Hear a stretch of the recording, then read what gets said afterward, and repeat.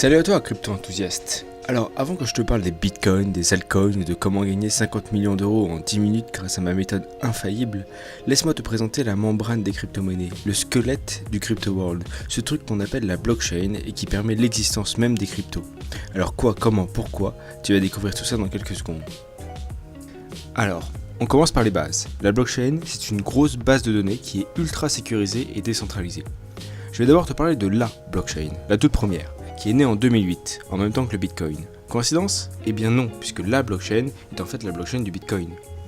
Pour décrire très simplement cette blockchain, imaginez un grand livre de comptes, voilà comme ça, et on y rajoute 3 propriétés ultra importantes. La première, tout le monde peut la consulter. Tout le monde peut également écrire dedans, mais personne peut la modifier. Maintenant qu'on a vu le mécanisme, tu te demandes forcément mais qu'est-ce qu'elle contient ? Eh bien tout simplement des transactions, avec l'émetteur, le récepteur, la date, le montant, etc. En finance, on pourrait dire que la blockchain, c'est une sorte de gros livre de comptes, entièrement accessible, mais immuable.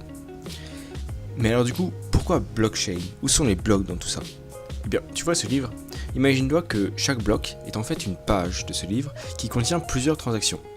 Et ça patiente, tu en sauras plus quand je te parlerai vraiment du Bitcoin. Mais alors cette blockchain du coup, elle ressemble à quoi ? Eh bien, tu peux la consulter sur blockchain.info. Tu vois les lignes ici, c'est un bloc, ou une page du livre de compte si tu préfères. Et toutes les infos dessus, c'est le numéro du bloc, son âge, le nombre de transactions, etc. Et tu peux aussi consulter pour chaque bloc toutes les transactions qu'il y a dessus. Alors, depuis tout à l'heure, je te parle que d'une seule blockchain, celle du Bitcoin, la blockchain. Mais en réalité, tu t'en doutes, il y en a beaucoup, il y en a énormément même.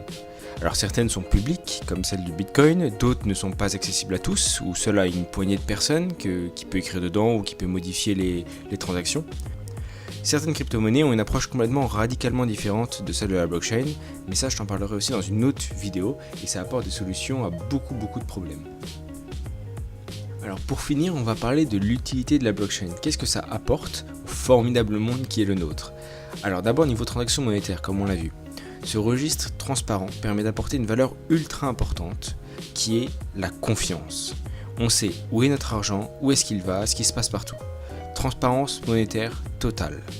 Ce qui remet notamment en cause l'existence même des banques qui font payer un service qui n'est autre que la confiance. Deuxième utilité maintenant, la traçabilité des produits. C'est déjà utilisé ou en voie de développement. Certaines startups, pour contrer la contrefaçon, travaille sur la création de blockchain qui recense toutes les étapes de création d'un produit.